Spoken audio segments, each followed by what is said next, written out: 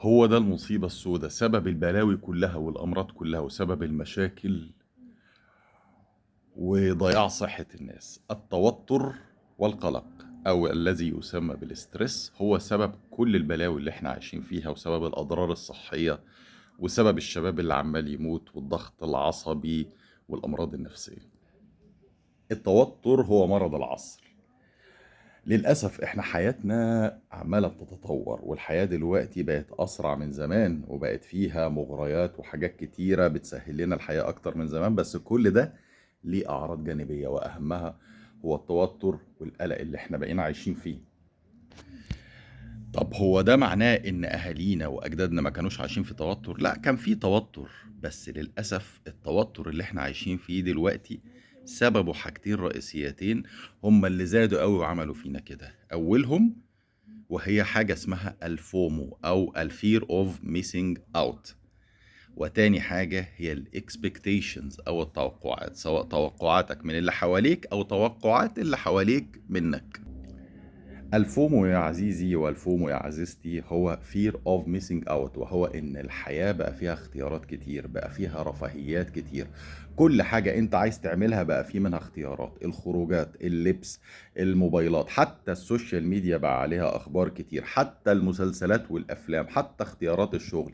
فمع زيادة الاختيارات في حياتنا وزيادة وتنوع الحاجات اللي حوالينا في الحياة، بقى دايما عندك إحساس بالفومو أو الفير اوف ميسنج أوت، إن الاختيار اللي أنا خدته ده غالبا مش أحسن حاجة، في أحسن منه، في لبس أحسن منه، الشغل اللي أنا بشتغله ده مش أحسن حاجة، في شغل أحسن منه، المكان اللي أنا ساكن فيه ده مش أحسن حاجة، في سكن أحسن منه.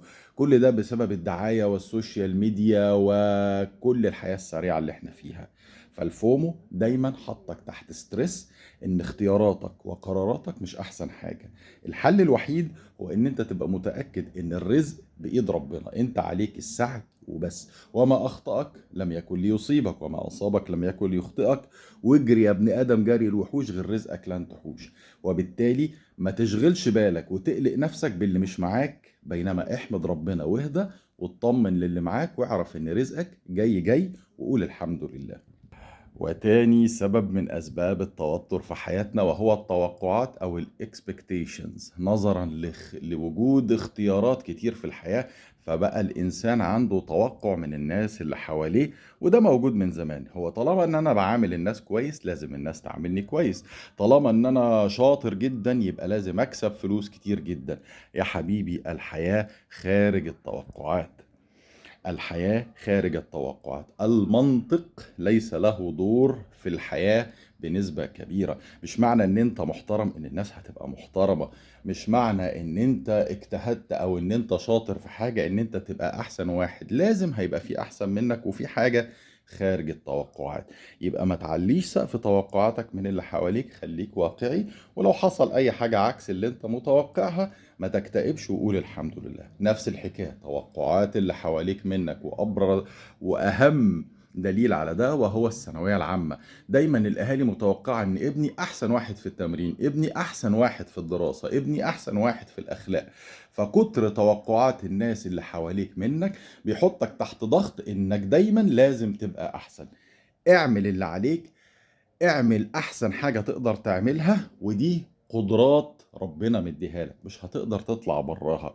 يبقى طالما انت مش مقصر، طالما انت مش مكسل، عملت اللي عليك، برضو قول للي حواليك دي احسن حاجة انا اقدر اعملها، ولو جايز انا ضعيف في حاجة فانا كويس في حاجة تانية. فما تخليش سقف توقعاتك عالي جدا، سواء منك للي حواليك او للي حواليك منك، عشان ما تحطش نفسك تحت الاسترس والضغط. وفي الاخر نسلم امرنا لله، والامر كله بايد الله. احنا بنسعى ونجتهد ونقول الحمد لله، واملنا في ربنا كبير. صباح السعادة.